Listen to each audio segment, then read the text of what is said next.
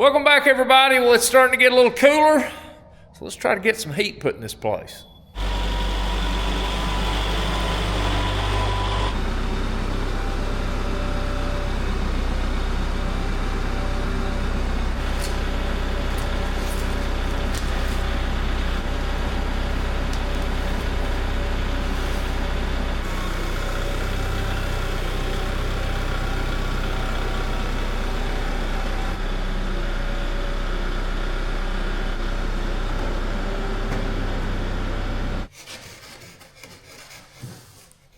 Tell you what, I bought this knife. I don't know, it's been a couple years ago. It is a Leatherman Free T4, and that is the handiest little old knife I've ever bought. Flat screwdriver, pry bars, and it's got a little Phillip head screwdriver in it. And the good thing about it is it's small enough to just go in your pocket and you carry it like a pocket knife. Now it comes with a little clip. I took it off. That way I can slide it in the pocket. Works like a charm. Now this is a Mr. Heater. It's 125,000 BTU. And when I originally ordered it, I ordered an 80,000 BTU heater. Well, the first one came in and it looked like it had been run over by the truck that was hauling it. So they took it back and sent me another 80,000 BTU, and it was bent up as well from shipping. So I sort of took it as a sign, hey, maybe it's not meant for me to get an 80,000 BTU heater. So I ended up going up to the 125. It came in unscathed as far as I could tell so far, but I'll get it unboxed and then we'll change it over to LP, mountain bars to it, and then try to figure out how to hang it to the ceiling. Now here's the conversion kit that comes with it. It's got its own little instruction manual on how to swap it over. So I'm not going to bore you with that, but I've got to replace this cap, and there's a spring, new O-ring, and then the orifices. So I'm going to take the cover off the heater and we'll try to get this swapped over. For those who are wondering, 5/16 socket. Take the end panel off. All right, so this is where we've got to get in here, and I think I got to go in here to change that spring and that cap, and then I assume these orifices here is what I'll have to swap over. But I'll come back and let you know how I did. Right here's where you got to go in and change the spring. But basically, you've got a cap here that will come off. Then you've got this plastic regulator adjustment screw that will screw out. This is the natural gas spring. I think the propane's, mine was red. So take this out, put the new spring back in, and then they've got a new regulator adjustment screw. And in my case, it said to screw that down 11 times, and that sort of gets the pressure where they recommend. Then you've got an O-ring and that cap screw that goes back on. That's the gist. To get to the orifices, you've got 4 screws. 2 at the top, 2 at the bottom, and then this thing just rotates out. It gives you access to take the orifices out, but on this 125, there are 8 orifices, and for your knowledge, that's a 12 millimeter on the one I bought. Now, if you're anything like me, you'll take these little orifices and that spring and that little cap, and you'll say, you know what, I'm going to save that. I may change that over to gas at some point. No, you won't. Throw it away. The book even tells you to. All right, I got all the orifices changed. I'll bolt this back up, and we should be able to go ahead and put our cover on. We won't get it hooked up tonight. It will feel good in the winter. Yeah. All right, I'm gonna stick a power cord in it versus hardwiring it in, but there's that little knife I was telling you about. Phillip head screwdriver.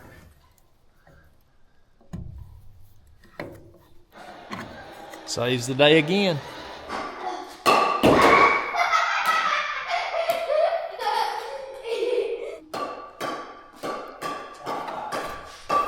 All right, I got a template made. I'm gonna go up there and play with it on the ceiling. See where I need to add some braces and what's gonna be the best way to mount it.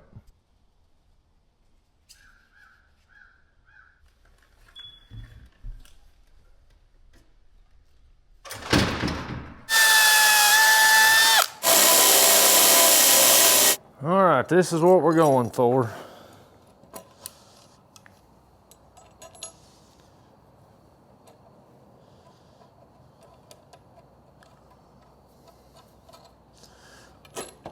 That should be our finished look. I'll glue that nut on. Never come out. We should be good to go.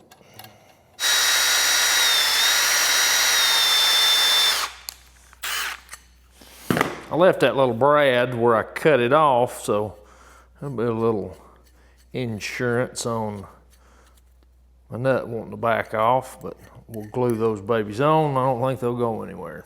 I'll give you a little tip. If you use super glue with any frequency, if you price that stuff by the, I guess by the ounce, if you're buying like super glue and that sort of thing, that stuff is outrageous. But there's a company called Star Bond, and you buy it in bigger containers, but it's a lot cheaper per ounce when you buy it from them, but it seems to be a lot better. Now this is the medium duty, but it works well, and if you use a lot, it'll save you some money.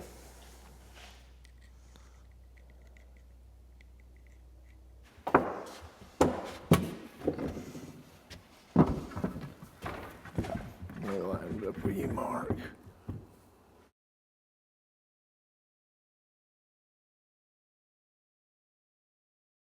There ain't nothing through there. Watch your eyes. Keep your hand on that so it don't fall and hit us in the head.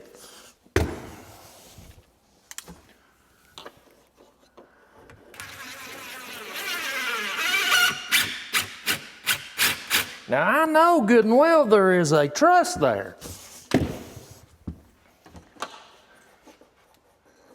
See, if my hind end would have put these in here before I put that insulation in, I'd have had 4 little old rods hanging down neatly out of the ceiling. Wouldn't have had this darn gum hanging up there. Stay where you at. It hits there, but it won't hit there. Now you explain that one to me. How wide is it? That wide? Inch and a half. But I'm on a straight line with it. What's the chances of me drilling right into a screw? That's exactly what I just did. I hit a screw.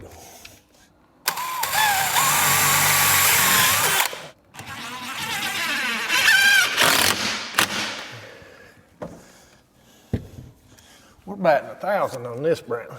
Yeah.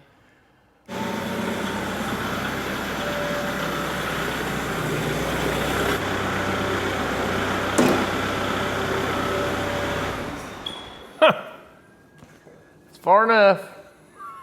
All right, crank it up and raise it up just a little. Be easy, because that thing will slide off of there. Okay. Hey, turn it that way. Take it that way. Yeah. Not that much, just a little. Okay, hold it. Raise it up now, as high as it'll go.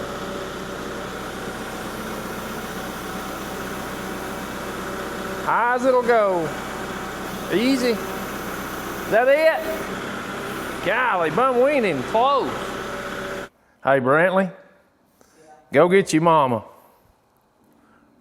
What do you want her to do? She's gonna climb up here and help us. All right, Brantley, grab that front corner right there. There's some pretty cool. Please don't trip. All right. Do you want me to help you get it out here? Got it? Okay, set it right there on that piece of wood. Now, what we need to do is go down low and just Squat. and then pick it up to here. My knees hurt. Can you get it up there? Yeah. You just don't need to go backwards. You'll hit the wall. Just hold on to him, don't let him fall, Kristen.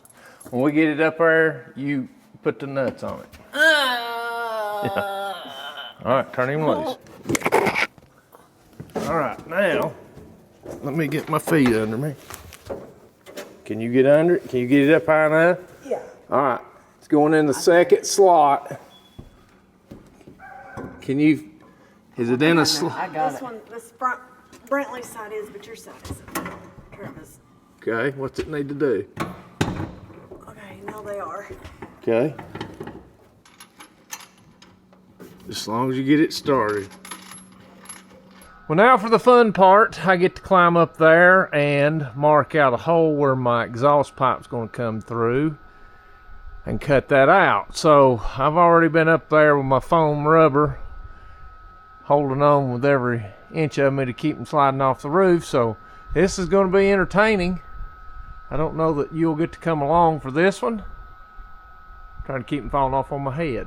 Now I am using Class B vent, which it's a double wall exhaust pipe, but when I go through the roof on that metal, I mean, obviously if I was putting it in before the roof went on, I'd probably flashed it maybe a little different. I don't know that I would have changed anything, but this is a high temp rubber boot, but this is obviously you can form it to that roof. So you've got this rubber seal, which I'll take sealant and go under it, and then I'll screw it down basically this way. That way any rainwater that hits it, it'll work around the edges. But I've got to get up there. I've drilled my hole from the attic going up, so I have created my block that I can just stick that screw through my hole, and then I will mark it out. We'll take a hole saw and drill a hole in it, and then I can take a jigsaw and cut this out. And then we'll try to run it up through the roof line, get the boot sealed and screwed down. Let's try not to kill herself. The reason I put it there, they say your exhaust pipe needs to go 12 inches beyond the overhang. So if I'd have run it through the wall, I'd have had I can't remember, I think these overhangs were 18 inches, 24 inches, then I'd have had a pipe coming on out here, so I'd have had a 3-foot pipe sticking out there, and I just didn't want that, so I'll live with it. Now for a thermostat, I just bought a cheap, I think it was 20 bucks at Lowe's, a Honeywell. It's non-programmable, but it's for heat systems, but it's just a 2-wire hookup. So on the back side of it, you got a place for red and a place for white, so it's simple enough. So I have fished wire down from the heater down here on ground level, that way we can control it, in which it'll sense the temperature in which it is down here. So I'm gonna get this wired up. We're about ready to crank this thing up. Well, simple installation, red to red, white to white. We'll get it mounted.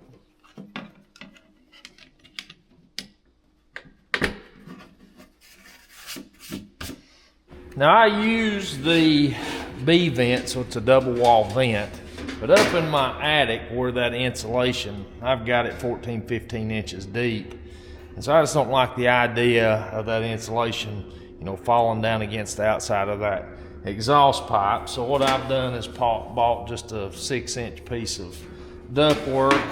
So I'm gonna cut it to about 17, 18 inches. I can wrap it around my B vent, so that'll just give me an extra layer of protection. That way that insulation ain't laying down there on top of it. Probably won't never hurt a thing, but for $7, better be safe than sorry. All right, here she is. I did, after I got up here and looked at it, I did adjust the pitch of it because I wanted to throw that heat out there at the fan. That way I can keep it on low and churn the air. So I did make a little adjustment here, so this is not centered. I kind of twisted the heater a little bit. But Brantley and I looked like when we was trying to find that truss, looked like we shot it with a shotgun, but we did finally find it. But here she hangs around back. B vent, double wall vent pipe, comes over the flange here in the heater. I have screwed that to the flange and then covered that with air duct tape. Screwed it together here, taped it, and I've got a thimble up here where it goes through the sheetrock. Where I do have this 2x4, I bent that thimble down and made a little flange there. I mean, it's not gonna get hot enough to catch that on fire, I don't think, but anyway, made me feel a little better. So that goes through, and then you saw what we got sticking out the roof. My gas line, obviously I'd planned for this, so the main trunk line comes through here and goes and feeds the house, but that is 1.5 inches. It's necked down to a 3/4. So I was able to stick a 3/4 nipple and then put my cutoff valve here, and then tied straight into my yellow flexible gas line, runs down. I've got a drip leg here, nipple coming out of a union, that way I can break it apart if I need to. Now, one thing I will say is this yellow flexible gas line, not all of them are created equally, and that's just through my reading and research, but a lot of these will have just a 1/2 inch connection here, but find one that's rated for enough BTUs to cover your heater. So a lot of them are 60,000, 70,000, but I had to find a bigger one. So this has got a 5/8 thread or 5/8 thread rather than the 1/2 inch, so it's rated to carry the BTUs that I've got. Power's simple. You got your hot, neutral, ground out here. I have just tied a power cord in, which I did think far enough ahead to put an outlet up in the ceiling. The thermostat that I put is just a 2-wire, so you've got red and white. I do not like this running down the wall. I should have thought ahead and put a piece of conduit in here, but we are at the ceiling height 16 feet above the ground, so after I walk by it a few times, maybe it won't bother me so bad. But now the moment we've all been waiting for. Let's see if she'll heat. All right, I'm gonna open the garage doors, let it cool off a tad in here, and then we'll see how long it takes it to bring it back up to temperature. That's a pretty sight. All right, I'm gonna shut the doors. My thermometer that I put up here says it's 41 degrees. I think the outside temperature phone says it's 38, so that's pretty close. And then we will take and kick this on, bring it up to 60 degrees, and then I'm going to time it, and we'll see how long it takes to bring it up.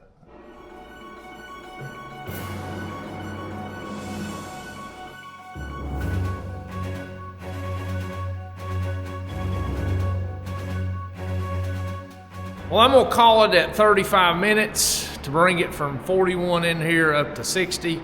I will have to give it the benefit of the doubt. The garage door did get opened during the test, so a 12-by-12 door opened up for 30 seconds. That does let in some cool air, so we'll call it 30 to 35 minutes.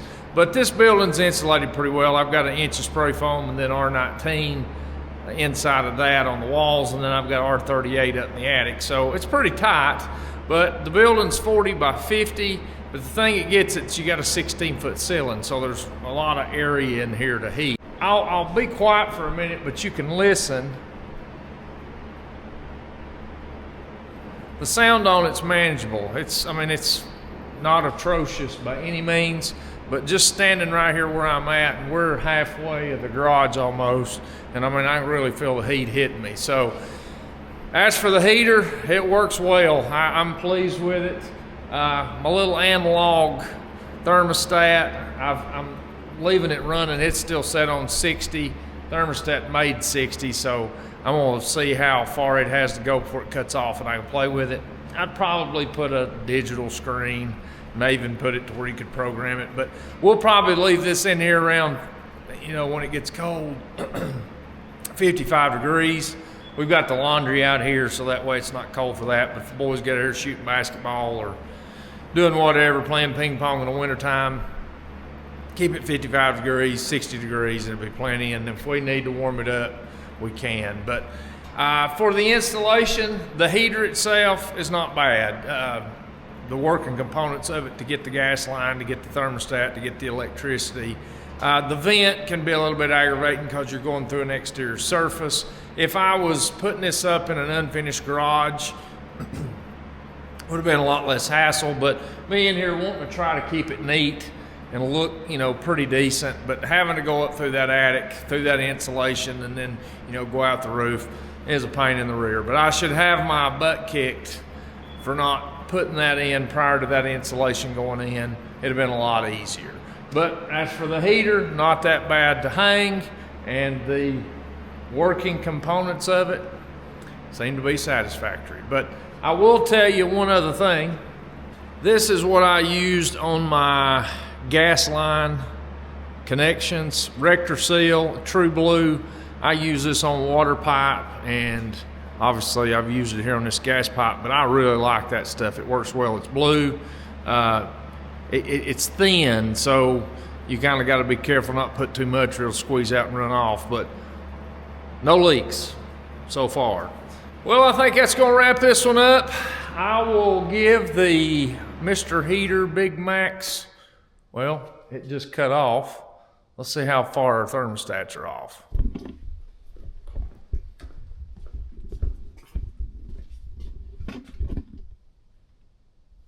This one says about 61 degrees, and this cut off at 60. So they're not too far apart. Like I was saying, for the Mr. Heater Big Maxx 125,000 BTU, I'll give you a thumbs up.